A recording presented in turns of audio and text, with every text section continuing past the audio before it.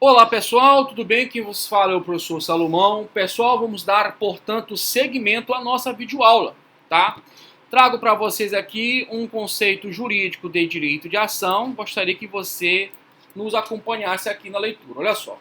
Primeiramente, direito de ação consiste no direito público, subjetivo, autônomo e instrumental, verdadeiro poder jurídico do titular, pessoa ou ente não personificado, de pleitear ao Estado juiz provimento jurisdicional favorável ao seu direito, violado ou não, ou para obter definição da ou das situação ou situações controvertidas ou controvertidas, seja em sede de tutela contenciosa, composição da lide, ou voluntária, atividade judicial administrativa pública de direito privado, exaurindo-se em pronunciamento do juiz com resolução de mérito ou sem resolução de mérito. Bem, pessoal, nesse contexto vamos trabalhar aqui as características ontológicas do direito de ação. Nesse contexto de consequência, olha só, pessoal. Primeiramente, aqui o nosso conceito proposto fala que o direito de ação é um direito público. Olha só. É um direito público porque o indivíduo, pessoal, ele vai propor uma ação judicial e nessa circunstância em que ele vai propor a ação judicial, o Estado juiz, ele tem o poder-dever de realizar a prestação adicional em prol do exaurimento que ocorrerá, portanto, com a tutela jurisdicional, mediante uma clara decisão judicial de sentença com resolução de mérito ou sem resolução de mérito. Então, em síntese, esse direito de ação ele é público, efetivamente, porque haverá uma provocação de tutela por parte do interessado para que o Estado, diante da sua prestação jurisdicional, ocorra seu exaurimento da tutela jurisdicional mediante uma decisão de sentença com resolução de mérito ou sem resolução de mérito. Só a nível de lembrança, a decisão judicial de sentença com resolução de mérito é chamada de sentença de mérito. Isso está inclusive uma linguagem tradicional do Código de Processo Civil de 39, que por mais que seja antigo, ainda se preserva pela sua efetividade. E, em contrapartida, nós temos a situação de uma decisão judicial de sentença em que não resolve o mérito, que é chamada de sentença terminativa. Está lá nos artigos respectivos 487 e 485. Mas o ponto crivo, ainda na análise dessa característica, pessoal, é que veja que para que haja o exercício da prestação judicial pelo Estado, exaurindo-se com a tutela judicial, reconhecendo ou não o direito por aquele que invoca, tem que haver o quê? A provocação de tutela, porque prepondera no sistema do judiciário brasileiro a inércia. Então veja, o processo ele começa por iniciativa das partes e de forma correlata o próprio CPC ele traz a informação de como é que se torna, portanto, efetivo o início da formação da relação jurídica processual. Veja, artigo 312 do CPC diz o seguinte, abre aspas, considera-se proposta a ação quando a petição inicial for protocolada. Todavia, a proposta da ação só produz quanto ao réu os efeitos no artigo 240 depois que for validamente citado. Aqui é um ponto interessante de análise, porque na primeira parte do CPC, do artigo 312 do CPC, ele está trazendo uma linguagem de uma relação jurídica processual linear. Há quem entenda, na doutrina 2, que só entende que a efetiva realização da relação jurídica processual, ela se concretiza-se pela citação válida. E aí vamos mostrar essas duas linhas e correntes de pensamento. Bem, de toda maneira, dentro do critério da característica do direito de ação ser público, mais uma vez, nós vimos que tem que ter a iniciativa da parte provocando essa tutela jurisdicional. E essa provocação vai desaguar em uma série de prestações jurisdicionais por parte do Estado, se extinguindo, portanto, com o exaurimento da tutela jurisdicional por meio de uma decisão judicial de sentença, com resolução de mérito ou sem resolução de mérito. Bem, a segunda observação correlata que eu gostaria de trabalhar com vocês é que, olha só, o direito de recorrer e o direito de executar, eles são prolongamento do direito de ação. E outro ponto que eu gostaria que vocês anotassem, tá? O direito de ação não é um direito exclusivo do autor. O réu também tem essa prerrogativa. Veja, nessa medida de consequência, eu peço para vocês darem uma lida no artigo 343 do CPC comigo, porque vai tratar do tema chamado reconvenção. Olha só. Artigo 343 do CPC, olha o que diz. Na contestação, é lícito ao réu propor reconvenção para, olha só, manifestar pretensão própria. Veja, conexa com a ação principal ou com fundamento da defesa. Então, efetivamente, pode ser proposto pelo réu uma ação própria específica por parte dele. Aliás, ao bem houveres, né, ao bem da verdade, é comum a utilização da expressão que a reconvenção é a ação do autor, a ação do réu, peço bem. Então, a reconvenção é a ação do réu. Eu posso dizer, certo limite, mas eu posso dizer, dando um palpite, que seria talvez melhor dizer que a reconvenção é o exercício do direito de ação do réu. Porque o réu também exaure esse direito. Ele também manifesta o direito de ação. Tudo bem? Voltando, portanto, aqui ao nosso conceito. Olha só, pessoal. Conceito de direito de ação. Consiste no direito público subjetivo. O que seria esse direito subjetivo? A própria expressão subjetiva dá-nos uma ideia, gente, de indivíduo, né, de pessoa. Ou seja, aquele que é o titular do direito o exerce. E vamos ver daqui a pouco quem são esses titulares, tá bom? Daqui a pouco vou ler, inclusive, o artigo 75 do CPC e a gente vai trabalhando nesses contextos. Mas, primeiramente, se é subjetivo, porque existe titular, que é pessoa ou ente não personificado. E esse titular, ele tem a faculdade de exercer ou não esse direito, porque ele é um jurisdicionado, ou seja, ele é o submetido à jurisdição do país. E, nesse sentido, ele pode exercer ou não, mesmo estando lesado, mesmo sofrendo uma ameaça de lesão, mesmo submetendo-se a um abuso de direito por parte da autoridade estatal. Então ele tem essa prerrogativa, essa faculdade de poder ou não se valer do processo judicial brasileiro para que haja, portanto, a tutela jurisdicional quanto ao seu direito. Eu queria também tratar para vocês um ponto crivo disso, ao nível de uma observação. Veja, o fato do indivíduo ele se silenciar não significa dizer que ele perdeu, deixou de ter o direito subjetivo.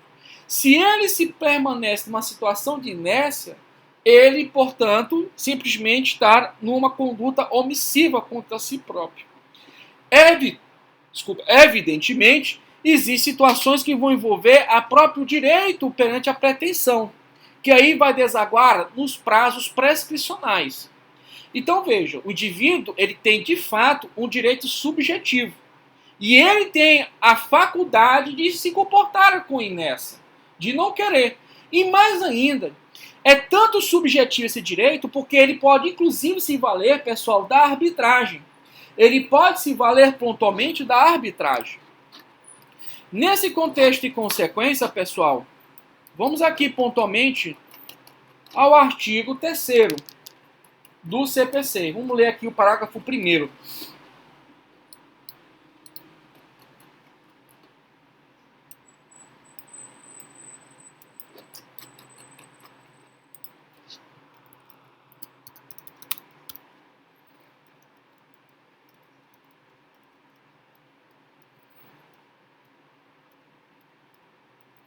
Só um instantinho. Deixa eu ver se só vai demorar. Puxando aqui, pessoal, a gente chega lá. Vou fazer assim for mais rápido. Bem, lá no artigo 3º, pessoal, ele vai invocar essa prerrogativa que é esse direito de ação ser subjetivo. E vai trazer essa informação. Olha só. O artigo 3º, ele trata do princípio da inafastabilidade da tutela judicial. Então, veja, o indivíduo ele provoca a tutela judicial.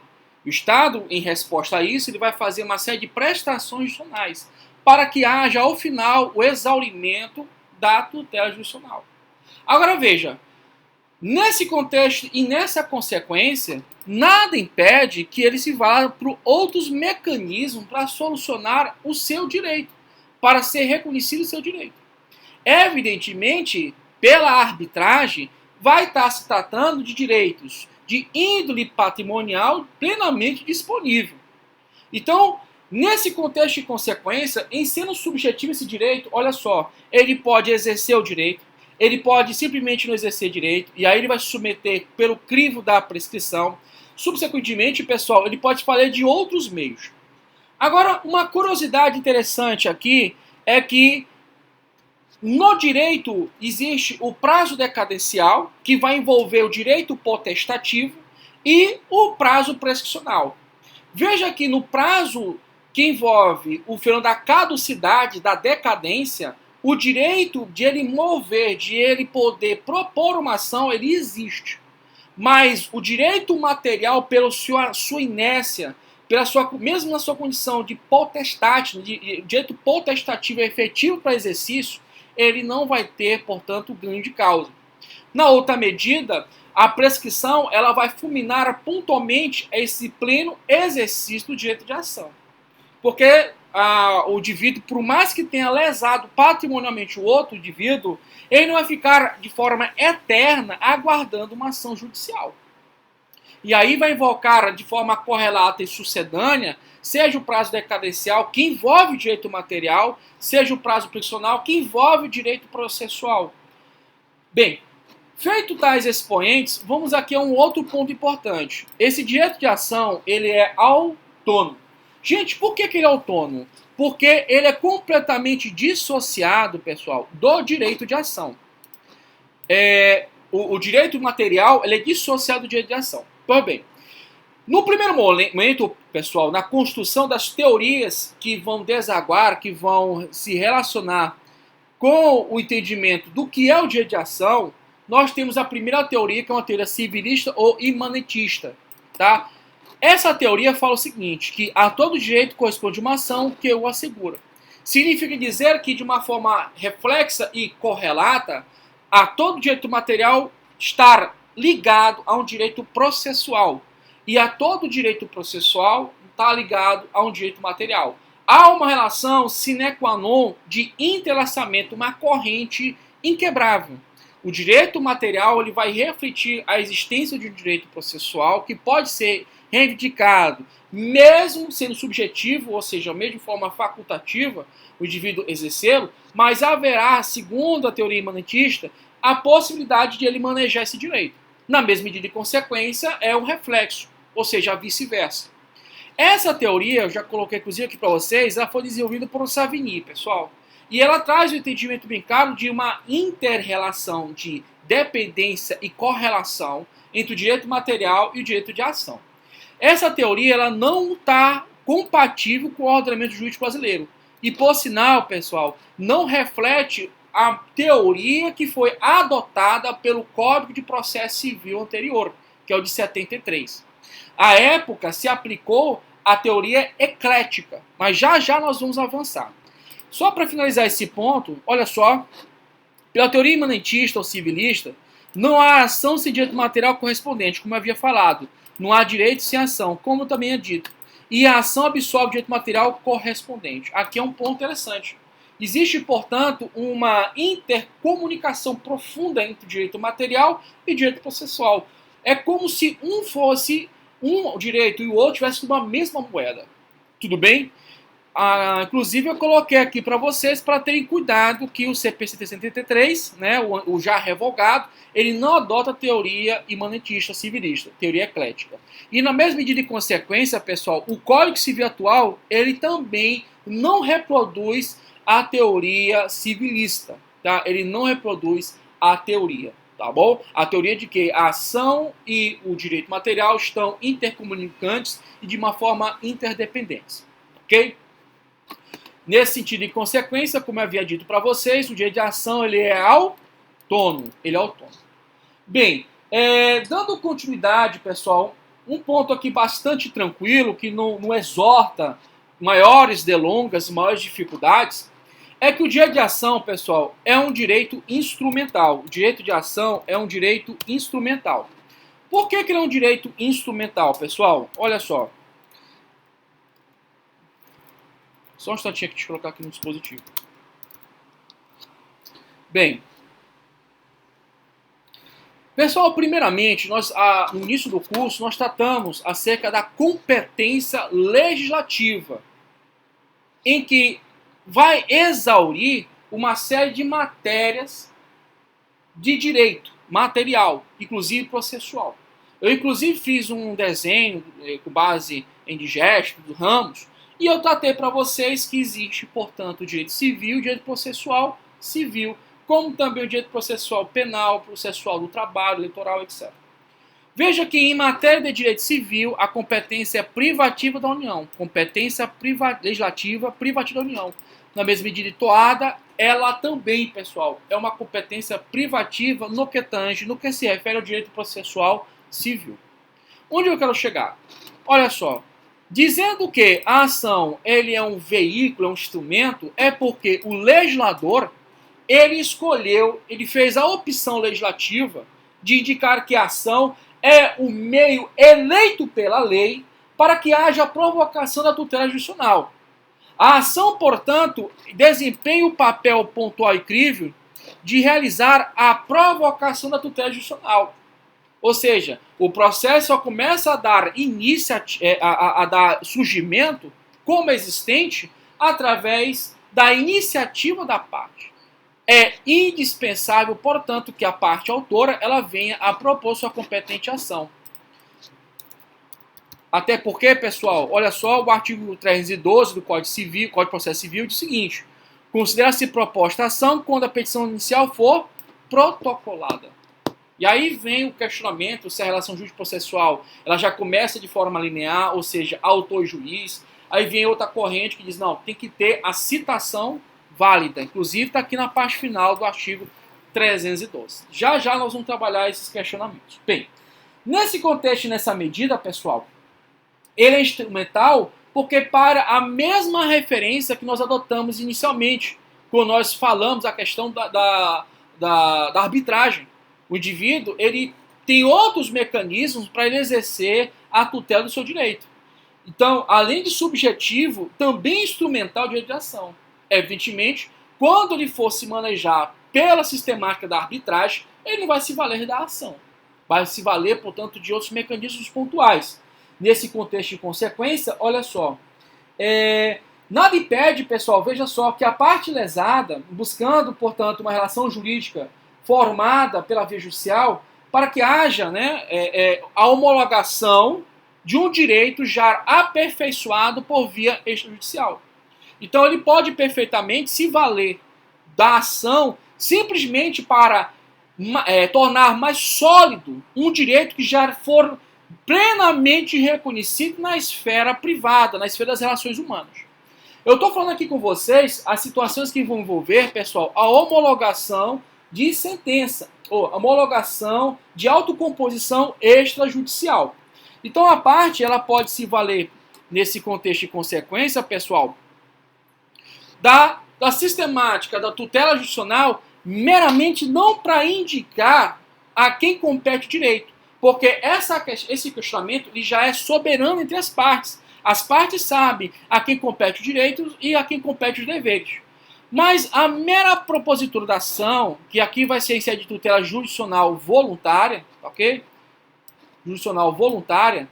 Aqui o intuito objetivo, claro, é simplesmente, pessoal, tornar mais solidificado esse direito já materialmente consagrado. Então vamos imaginar pontualmente que o indivíduo, através de ininterruptos casos de violação contratual, as partes elas buscam entrar em acordo para que haja uma nova ação. A nova ação, pessoal, é um reflexo de uma espécie de revigoramento daquela relação jurídica material, respeitando, portanto, pessoal, a existência do credor e do devedor. O indivíduo que é devedor, ele não arca com os cumprindo as obrigações anteriores, e o indivíduo ele vem propor, olha, vamos fazer aqui um novo pacto, vamos portanto, ignorar o anterior, mas respeitando que você tem esse débito comigo, e eu vou fazer uma nova ação com você. Então veja, o contrato ali firmado com as cláusulas que desaguam numa nova ação, o indivíduo ele pode propor, portanto, a ação judicial para que também o judiciário venha a reconhecer tal direito. Isso também não é estranho para nós, até porque nós temos pontualmente, como eu já havia falado para vocês, como eu já havia falado para vocês, a possibilidade de ser manejada uma ação meramente para reconhecer ou não reconhecer uma relação jurídica.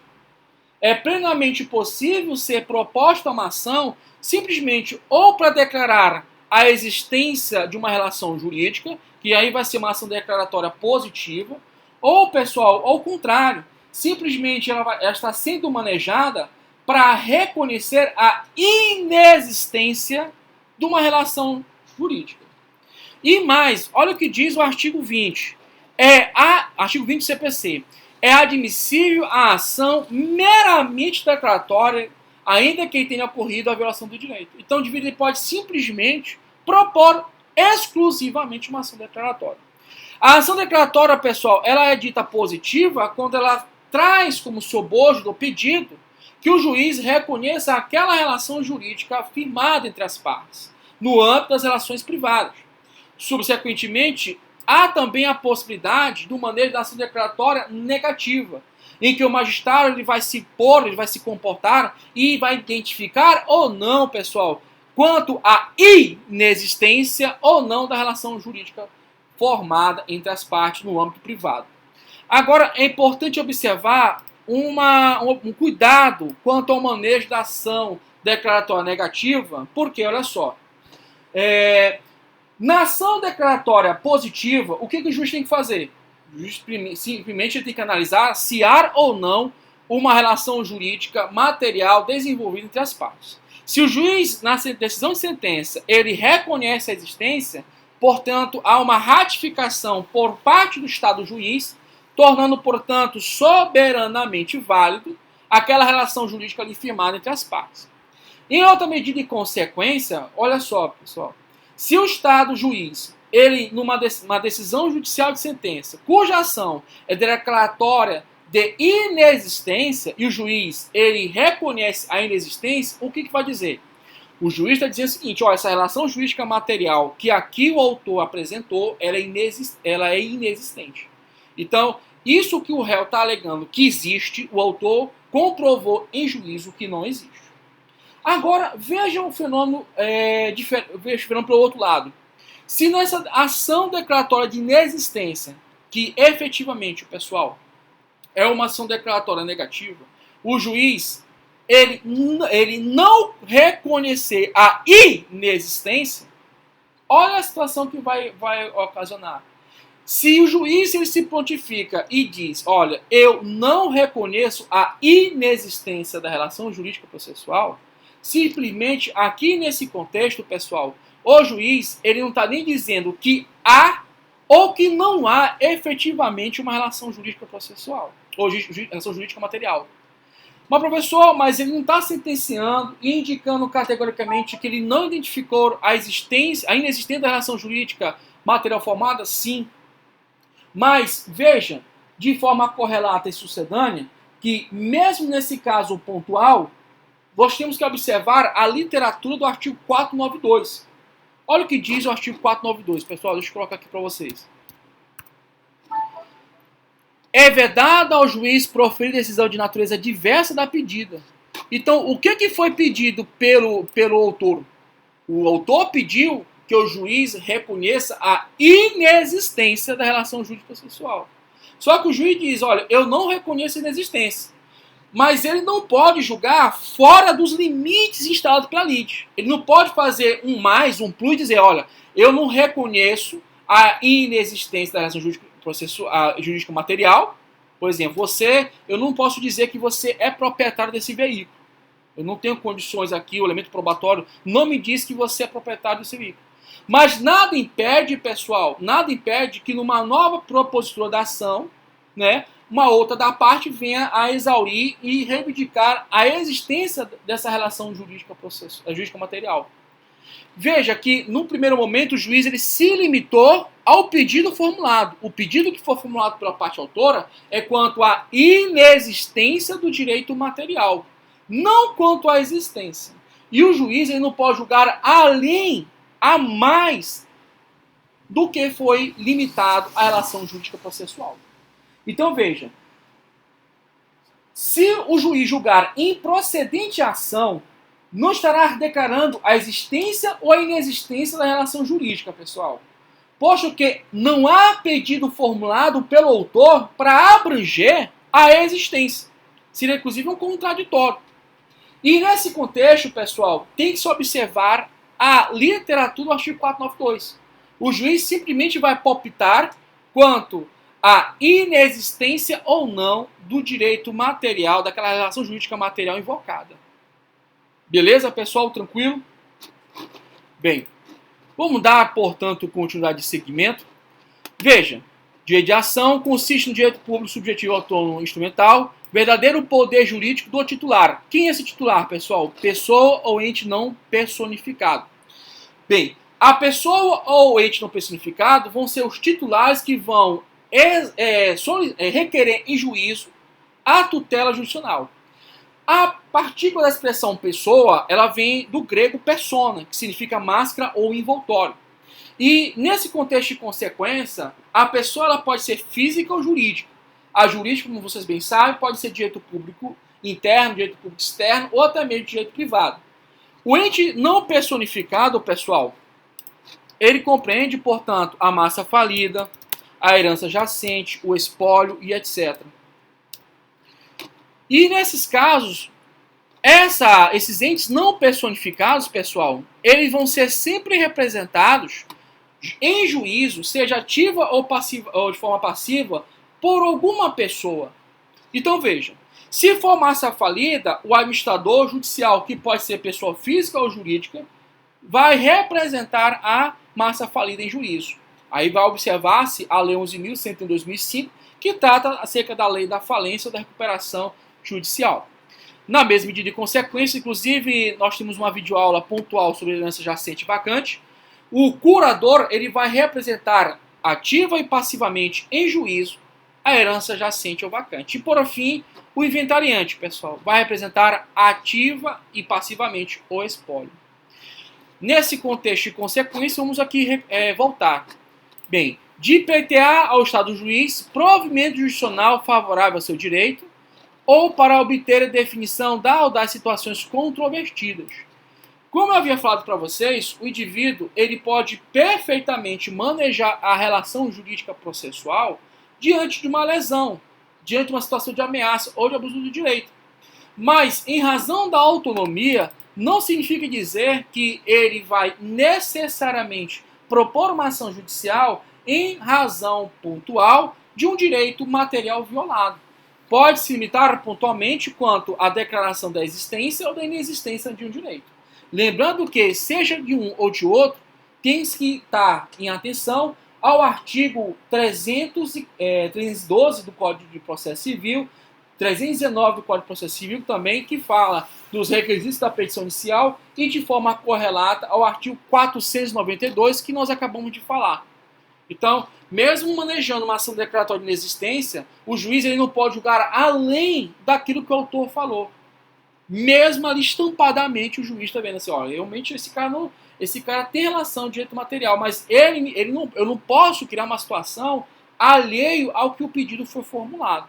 Agora, evidentemente, se numa ação dessa houver, inclusive já foi objeto de pergunta em sala, houver uma reconvenção, o réu se sentir no direito de que foi lesado, e aí ele propõe, portanto, nesse contexto, a sua reconvenção, que é o exercício do direito de ação pelo réu, aí sim, o juiz, quanto à reconvenção, ele pode declarar a existência da relação jurídico-material. Mas se não houver uma reconvenção, inclusive não houver elementos para poder ser manejada a reconvenção, o juiz simplesmente vai se limitar ao pedido de sim ou não. Ou seja, sim, reconhecendo a inexistência da relação jurídica processual formada, e não pelo não reconhecimento da inexistência da relação jurídica material. Beleza?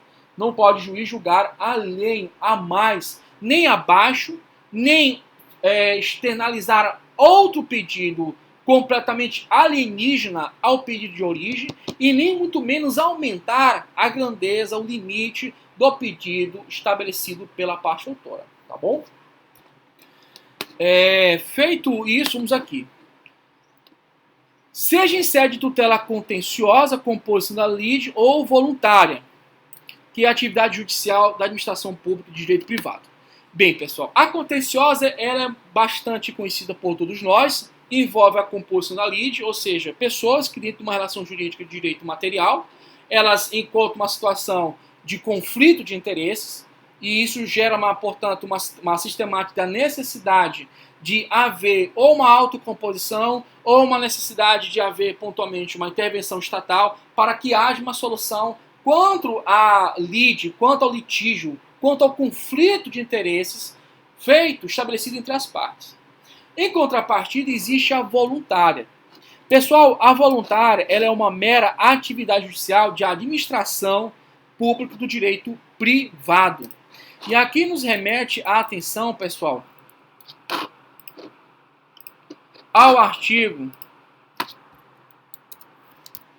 319 do CPC. Olha só. Quando este código estabelecer procedimento especial, rege os procedimentos de jurisdição voluntária e as disposições constantes nesta seção. E aí vem o artigo 720, olha só. O procedimento terá início por provocação interessada do Ministério Público ou da Defensoria Pública, cabendo formular o pedido devidamente instruído, os documentos necessários e com a indicação da providência judicial. Veja que na sede de tutela judicial voluntária, nós temos não autor e réu, nós temos interessados. Por que interessados? Porque aqui não temos um litígio.